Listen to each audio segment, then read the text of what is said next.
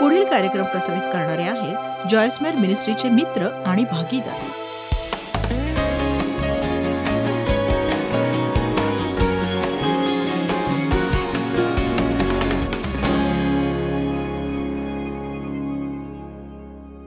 तुम्ही काय करायला हवं जेव्हा तुम्हाला काही हवं असतं? प्रार्थना करा आणि आभारी असा. असं काही शोधा ज्यासाठी तुम्ही आभारी आहात.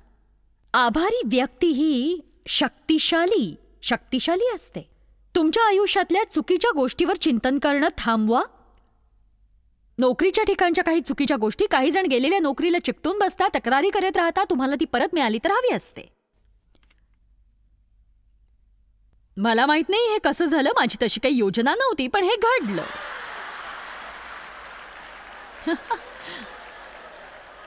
आपण विश्वास ठेवावा लागतो की देवच आहे जो सगळं काही योग्य करू शकतो. हे खरं नाही का? सांगा मला, हे खरं आहे ना? मग ज्या नवऱ्याला तुम्ही दोष देताय त्याला एखादी एकाकी बाई पळवेल?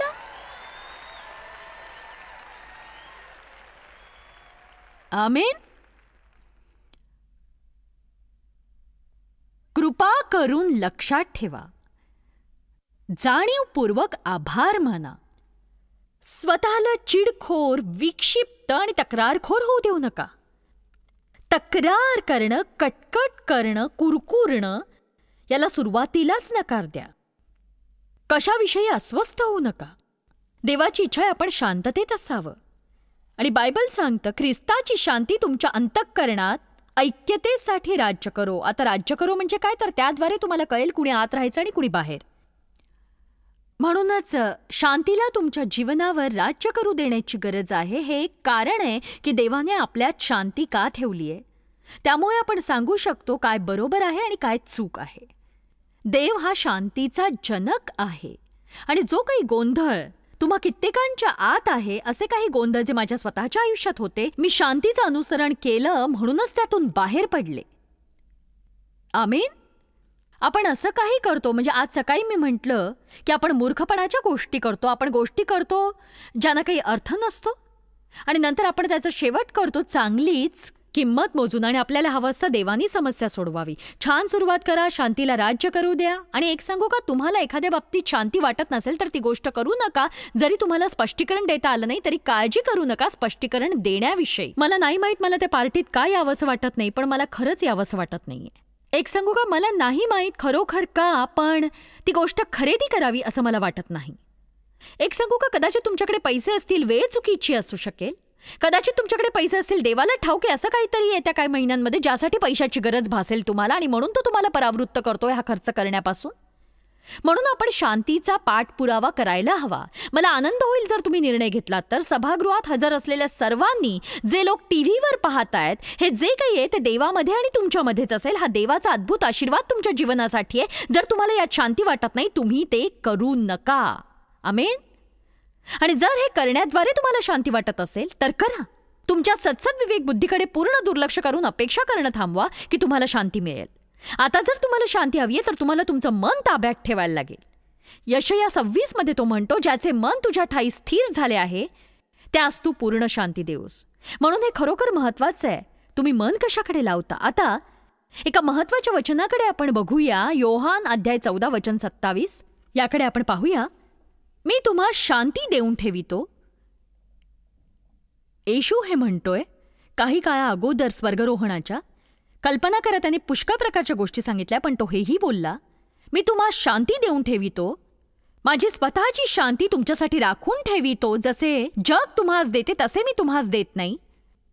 तुमचे अंतःकरण अस्वस्थ अथवा भयभीत होऊ नये. रोखा स्वतःला हैराण करण्यापासून, अस्वस्थ होण्यापासून. स्वतःला परवानगी देऊ नका भयभीत होण्याची, स्वीकारण्यासाठी भित्रेपणाचा आत्मा. कोणी आहे का असं सांगा मला इथे. म्हणून इथे हे समजून घेण्याची गरज आहे. तुम्हाला शांती हवी आहे तुमच्या अंतःकरणात. तुमच्याकडे सर्व प्रकारची भीती आहे ज्याची तुम्हाला नेहमीच गरज आहे. तुम्ही म्हणाल, मग मी एवढा बेचैन का आहे सदोदित? कारण तुम्ही त्याला अनुमती देता, तुम्ही त्याला परवानगी देता तुमच्या आयुष्यात. तुम्ही तुमच्या मनाप्रमाणे वागता, तुम्ही तुमच्या भावनेप्रमाणे वागता. तुम्ही तुमच्या आत्म्याच्या प्रेरणेने वागायला हवं. तो मार्ग असा की तुमचा जीव शक्ती मुक्त करील आणि तुमचा आत्मा ती ग्रहण करील. अशा प्रकारे तुम्ही आपली सक्षमता वाढवू शकता शांतीत राहण्याची, जेणेकरून थांबेल शरीराच्या मागण्या पूर्ण करणं. त्याला योग्य ते त्याला करू द्या, त्याला तसंच सोडून द्या, पण तुम्ही त्याची निवड करा जे उचित आहे त्याची. तुम्ही शांतीच्या मागे लागा, तुम्ही निर्णय घ्या. इथेच शांती माझी आहे, मी ती पाहिली आहे, मला ती मिळवायची आहे. जर इतर कुणाला ती मिळू शकते तर मीही मिळवीन. मी देवाचं लेकरू आहे, हा माझ्या वारसा हक्काचा भाग आहे आणि मी आता नाही ऐकणार सैताना. मी असं जीवन जगणार नाही जे बिघडलेलं आहे, उद्ध्वस्त आहे, खिन्न आहे, धर्महीन आहे आणि कायम रागाच्या प्रभावाखाली आहे. मी आता जगणार नाही भावनांच्या प्रभावाखाली. पण मी प्रार्थना करते देवाची, मला मदत कर. योहान 14:27 परत बघूया एकदा. तुम्ही देवाकडे प्रार्थना करताय बरं आहे, पण तुम्ही शांतीसाठी प्रार्थना करायची गरज नाही, ती तुम्हाला मिळाली. प्रार्थना करा प्रकटीकरणासाठी, शांतीचा वापर कसा करावा यासाठी. प्रार्थना करा ज्ञानासाठी, शांतीची निवड करता येण्यासाठी. डोंगराभोवती वारंवार फेऱ्या मारत बसण्यापेक्षा, हताश होण्यापेक्षा मी तुम्हा शांती देऊन ठेवितो, मी आपली शांती तुम्हास देतो. जसे जग देते तसे मी तुम्हास देत नाही. तुमचे अंतःकरण अस्वस्थ अथवा भयभीत होऊ नये. मी आपली शांती तुम्हास देतो. जसे जग देते तसे देत नाही. तुमचे अंतःकरण अस्वस्थ व भयभीत होऊ नये. अजून एक गोष्ट तुम्ही म्हणणं थांबवायला हवी, मी काहीच करू शकत नाही. माझ्याकडे शांती असती तर मी अशी सहज जीवन जगणारे लोकांसारखी असते तर. आणि हो, मी सुद्धा अशी आशा करायचे. म्हणजे मी माझ्या पतीसारखी नाहीये. डेव्ह जन्मतःच शांत प्रवृत्तीचा आहे. त्याच्यासाठी हे खूप सहज असतं काळजीमुक्त होणं, कारण तो काळजी करतच नाही. पण मी करते काळजी, मी सगळ्या गोष्टींची काळजी करते. मला लोकांचं समजत नाही जेव्हा आपण त्यांना विचारतो तुम्ही काय जेवणार आज रात्री, काही चालेल. माझं असं नसतं. माझी योजना असते की मी काय जेवणार आहे उद्या घरी गेल्यानंतर. मी विचार करते याचा, मी काळजी घेते प्रत्येक बाबीची. मी माझ्या मुलीला म्हटलं छान सुंदर नाईट सूट्स घे तुला. ती म्हणाली मला त्याची पर्वा नाही ग, मी घालेन काहीतरी झोपेन. पण माझं तसं नाही, मला झोपता नाही, मी चांगलं दिसावं असं वाटतं, मॅचिंग पेहराव लागतो. चांगलं असेल जर मी काही गोष्टींची काळजी केली नाही तर, पण मी काळजी करतेच. म्हणून मला शिकायला मिळतं ही शांती कशी उपयोगात आणायची ते मी सांगते तुम्हाला. माझ्यावर विश्वास ठेवा. कोणीही मनुष्य प्राणी शिकू शकतो शांतीत राहणं, कारण मी सुद्धा शिकले. मी सदा सर्व काळ अगदी अस्वस्थ असते. प्रत्येक गोष्ट मला चिंतित करते, प्रत्येकामुळे माझी काळजी वाढते. आणि माझ्या मते जर मी शांतीत असेन ना खरंच, तर हे इतकं अद्भुत असतं, खरोखर अद्भुत असतं.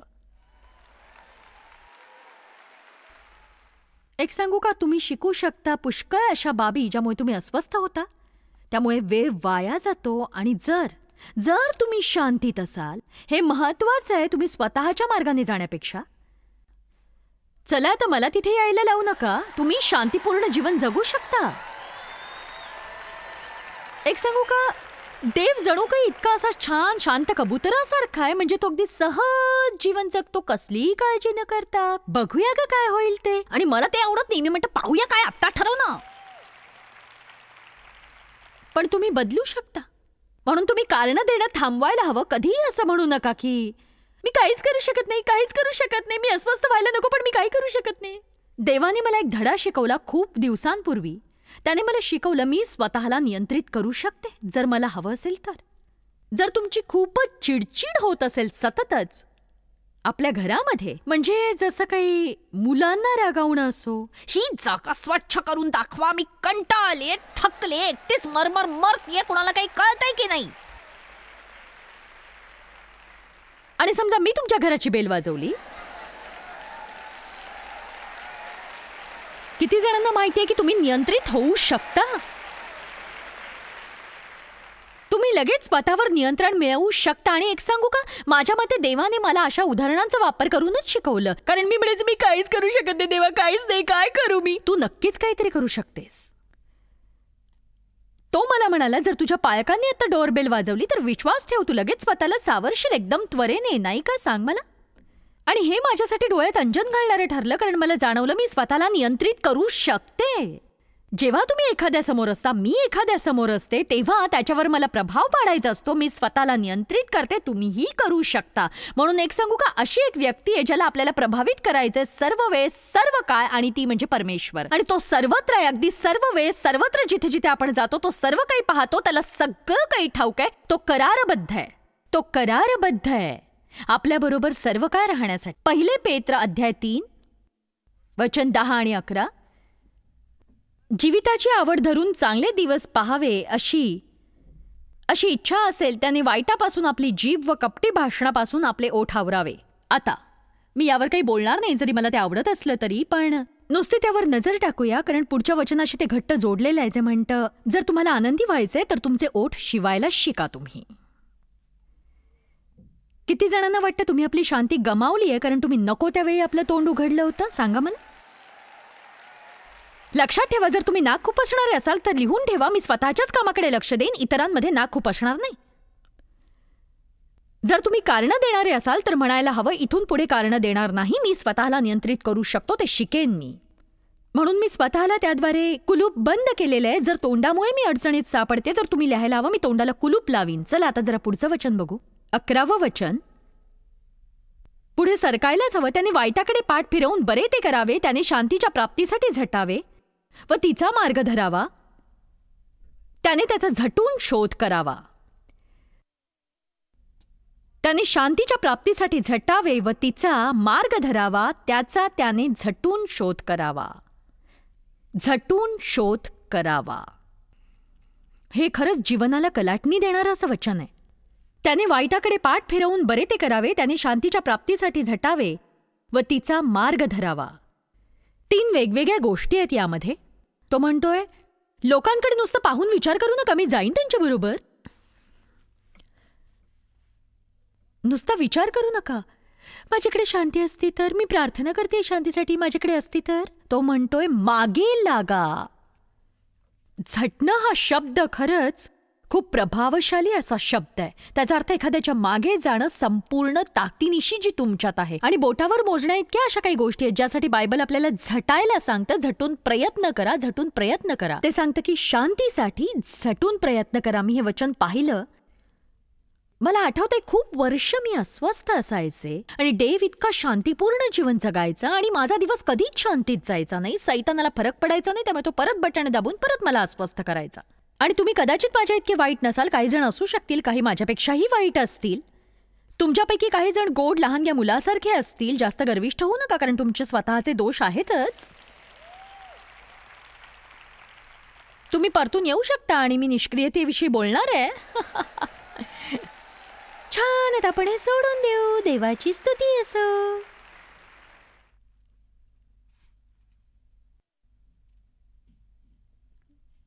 प्रामाणिकपणे मी माझ्या मनाला तयार केलंय. मी माझं मन तयार केलंय 3 गोष्टींसाठी.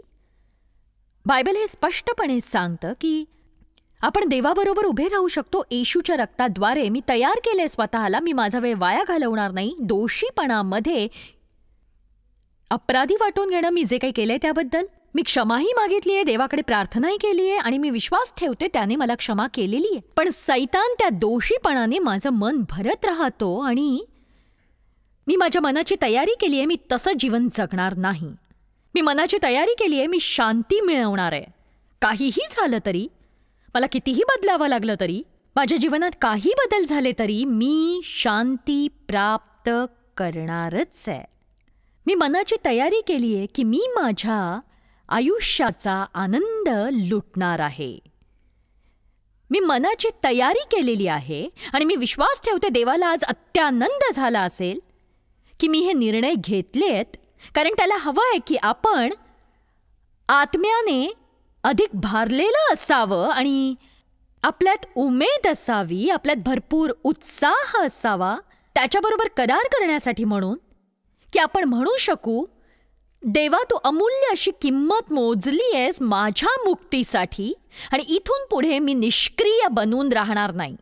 फक्त इच्छाच करत आणि आशा धरत आणि सैतानाला चोरू देणार नाही. मी नुसतं बसून राहणार नाही, मी कारणं सांगत राहणार नाही.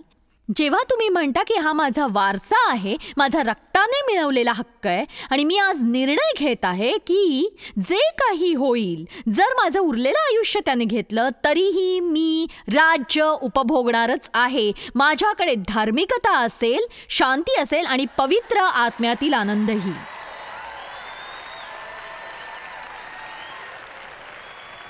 आता ही पहिली पायरी आहे अनेक पायऱ्यांपैकी.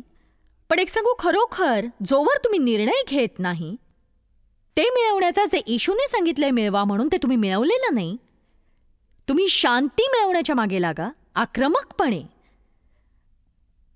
आता आपण नुसतं बोलूया काही मिनिटं शांततेसंबंधी.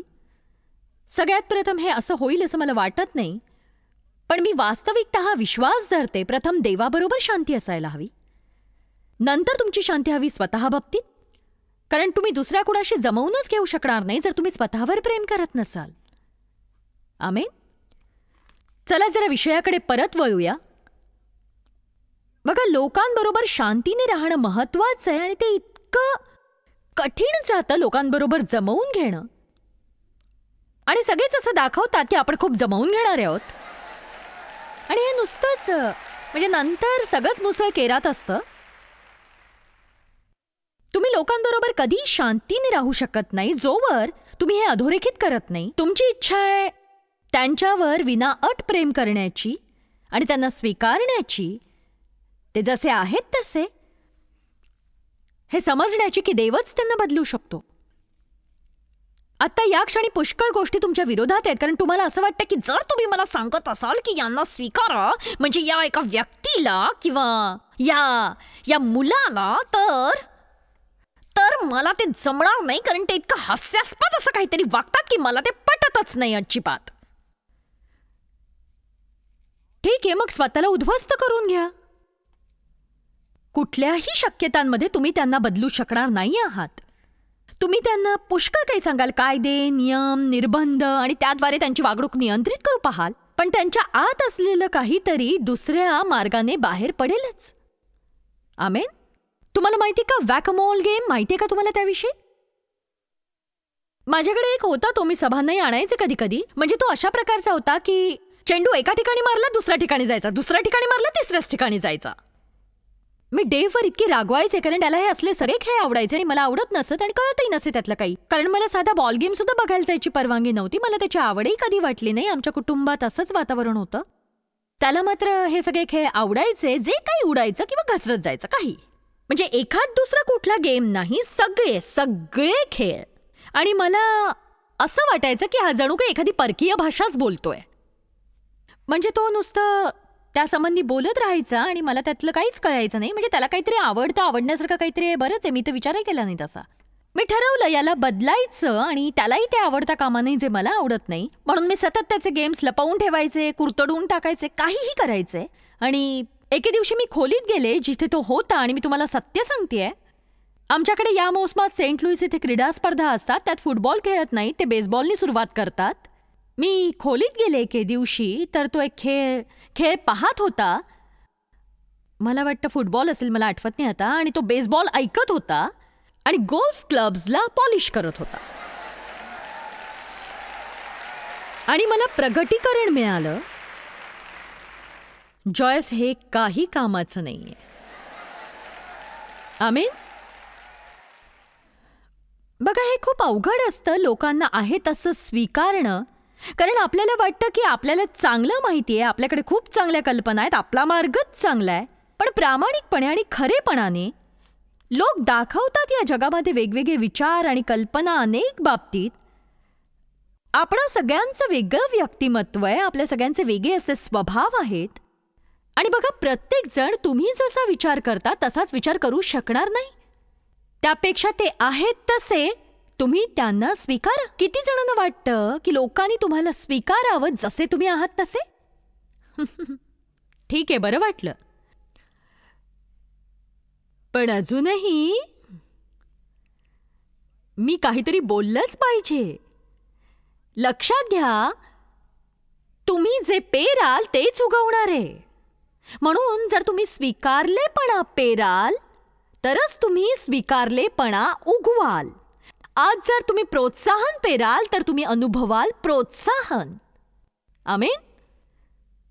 देवने आणि मी लग्न केलं, आम्ही सहमत झालो. मी त्याच्याकडे पाहिलं, मी म्हटलं मी तुला स्वीकारते जसा तू आहेस तसा. मी तुला कधीही बदलायचा प्रयत्न करणार नाही, मुक्त सोडीन. अर्थातच तो खुश झाला.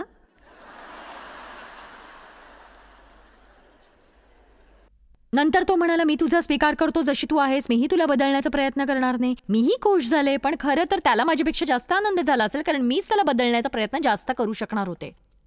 आणि हेच महत्वाचे, जर कुणी एखादा चुकीची गोष्ट करत असेल तर तो सुद्धा त्यांना देवाने दिलेला हक्क आहे त्यांचे निर्णय घेण्याचा. ते तुम्हाला आवडले नाहीत तरीही.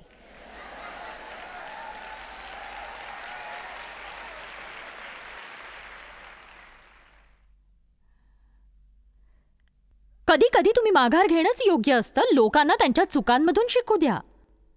तुम्ही त्या लोकांचं ऐकता का जे तुम्हाला काही सांगू इच्छितात? जर तू माझं ऐकलंस तर मी तुला वाचवू शकेन. नाही, तुम्ही त्यांचं ऐकत नाही. आणि आता तुम्हाला चीड आलेली असते कारण तुमची मुलं तुमचं ऐकत नसतात.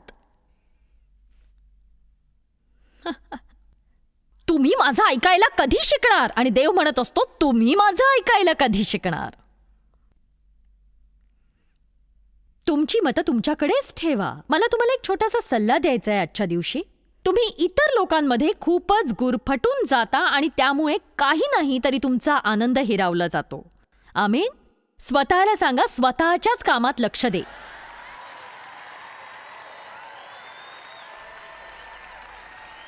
अशा बऱ्याच गोष्टी आहेत ज्या मी सांगू शकते. पटकन क्षमा करायला शिका. कुणालाही सहजपणे दुखवू नका, कुणालाही वेदना देऊ नका. विश्वास ठेवा प्रत्येक माणसातल्या चांगुलपणावर, वगैरे वगैरे वगैरे. स्वतः बाबतीत शांतीने राहा. तुम्ही स्वतःबरोबर शांतीने जगू शकाल? तुम्ही स्वतः विरुद्ध जाणं थांबवा. मला आनंद होईल जर तुम्ही प्रतिज्ञा केलीत देवाबरोबर की तुम्ही कधीही तुमच्या उर्वरित आयुष्यात स्वतःबद्दल नकारात्मक बोलणार नाही स्वतःच्याच तोंडाने.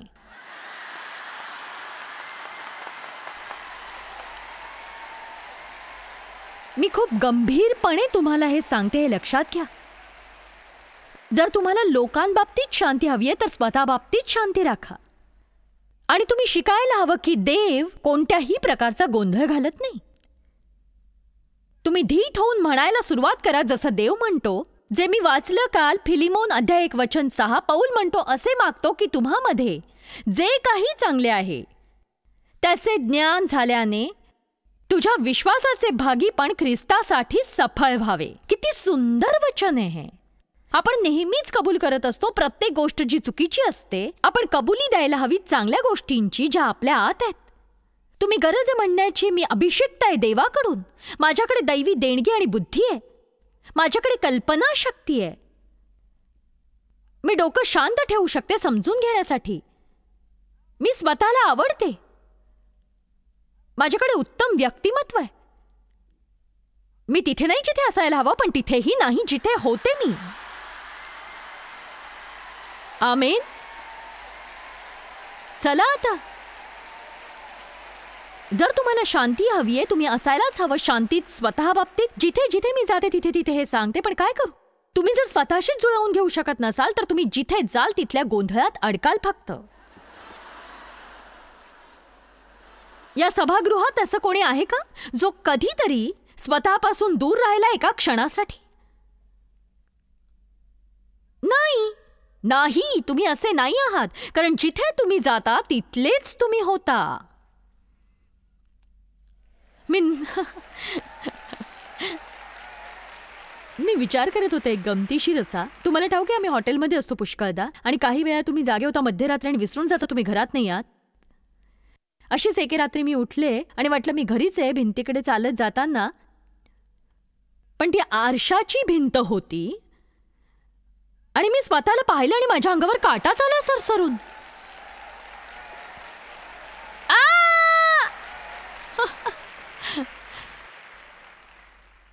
आणि बघा असेच आपण असतो. आपण जिथे जातो तिथे आपण असतोच.